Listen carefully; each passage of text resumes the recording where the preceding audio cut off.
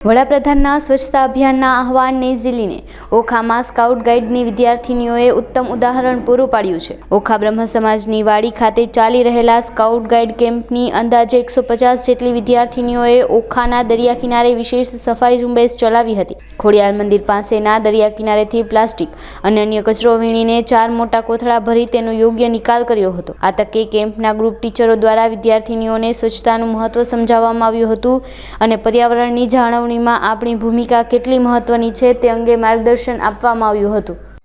નમસ્કાર, હું પ્રતિજ્ઞા ચોરસિયા શ્રી વર્ધમાન વિદ્યાલય મહેસાણાથી આજે અમે ઓખા મુકામે દરિયાઈ બીચની સ્વચ્છતા કરવા માટે આવ્યા છીએ। જેમ કે આપણે બધા જાણીએ છીએ કે સન 2014માં આપણા માનનીય વડાપ્રધાન મોદી સાહેબે ગાંધી જયંતિના દિવસે સ્વચ્છતા અભિયાન શરૂ કર્યું હતું, જેના પરિણામે સૂકો કચરો અને ભીનો કચરો જુદો કરીને કેવી રીતે એને કમ્પોઝ કરી શકાય એની શરૂઆત કરવામાં આવી હતી।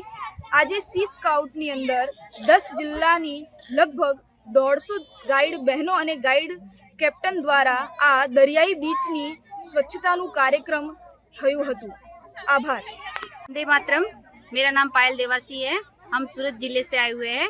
सी ओखा स्काउट गाइड कैंप में सी ओखा द्वारिका भूमि में आए हुए हैं और हम सभी यहाँ पे अभी स्वच्छ भारत जो नरेंद्र मोदी द्वारा हमारे चलाया जा रहा है उसको आगे बढ़ाते हुए कि हमारा स्काउट गाइड की सारी गर्ल्स यहाँ पे आई है और इसी के साथ ये सब सहयोग दे रही है कि हमें ये संदेश दे रही है कि हमें स्वच्छ भारत को कैसे स्वच्छ रखा जाता है और हम इससे स्वच्छता को कैसे आगे बढ़ाएंगे और स्वच्छता से ही हमारे जो जीवन में है वह भी बहुत ही महत्वपूर्ण भूमिका निभाती है।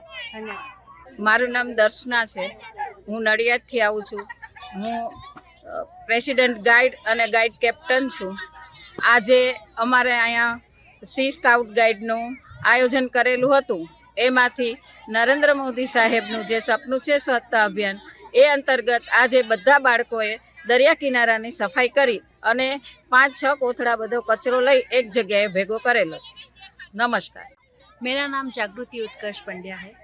मैं अहमदाबाद श्री नारायण गुरु विद्यालय से आई हूँ।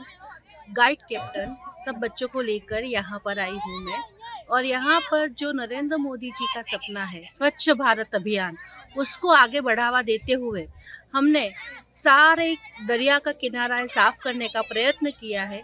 5 से 6 थैले भरकर हमने कचरा इकट्ठा किया है, जो हमने साइड में रखे हुए स्वच्छ डस्टबिन में डाला है। और यहाँ पर बहुत सारी टीचर्स आई हैं जो अपने अलग अलग ज़िलों से बच्चों को लेके आई है। लगभग 10 ज़िलों से बच्चों को लेके आई हैं और सभी बच्चे बहुत अच्छा कार्य कर रहे हैं। धन्यवाद।